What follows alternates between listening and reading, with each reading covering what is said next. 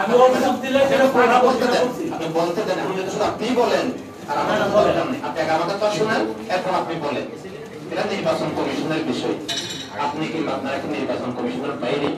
যদি নির্বাচন কমিশনের প্রতিনিধিত্ব আপনার কক্সবাজারে করে থাকেন, তাহলে আপনার দায়িত্ব কি, কাজ কি, আপনি কার প্রতিনিধিত্ব করছেন? আচ্ছা, আমি ধন্যবাদ জানাই। এই যে নতুন যে নির্দেশনা আছে কক্সবাজারে, এই নির্দেশনার প্রথম সুযোগী আমি একটু শুনে আমার মেয়ে ঢাকা ভার্সিটিতে আমি ফয়সাল ভাইয়ের সাথে মেয়ের সঙ্গে এসে মানে সর্বোচ্চ আসা 5 মিনিটের মধ্যে আমি অফিসে এসে আমি সফল করেছি। সহজভাবে আমি আমার মেয়েকে ভোটার প্রক্রিয়া সম্পন্ন করতে পেরেছি। এবং আমার কিছু বিষয় আছে।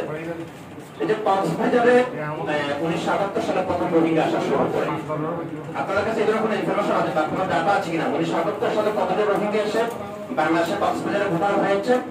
সেকেন্ড রোহিঙ্গা এসে 1991 সালে। তখন কত রোহিঙ্গা এসেছিল এবং কত ভোটার হয়েছে? এরপরে সর্বশেষ আসছে 2017 সালে। 2017 সালে সরকারের ইনফরমেশন বলে, সরকার এক তথ্য বলে যে 7 লক্ষ রোহিঙ্গা এসেছে। কিন্তু 2018 সালের 28 সেপ্টেম্বর জাতিসংঘ 73তম অধিবেশনে তৎকালীন প্রধানমন্ত্রী শেখ হাসিনা বলেছেন 1.1 মিলিয়ন রোহিঙ্গা বাংলাদেশে আছে। সুনির্দিষ্ট কতজন রোহিঙ্গা কক্সবাজারে আছে এবং বাংলাদেশে আছে, কতজন ভোটার হয়েছে, কতজন ভোটার হয়নি, সুনির্দিষ্ট তথ্যগুলো আমরা আপনাদের কাছে চাই। রোহিঙ্গা এখানে কতজন আছে এটা তো উনি বলতে পারবেন না। আচ্ছা, আমি আমার কাছে পারবে না তো, এটা তো উনি আওতায় নেই।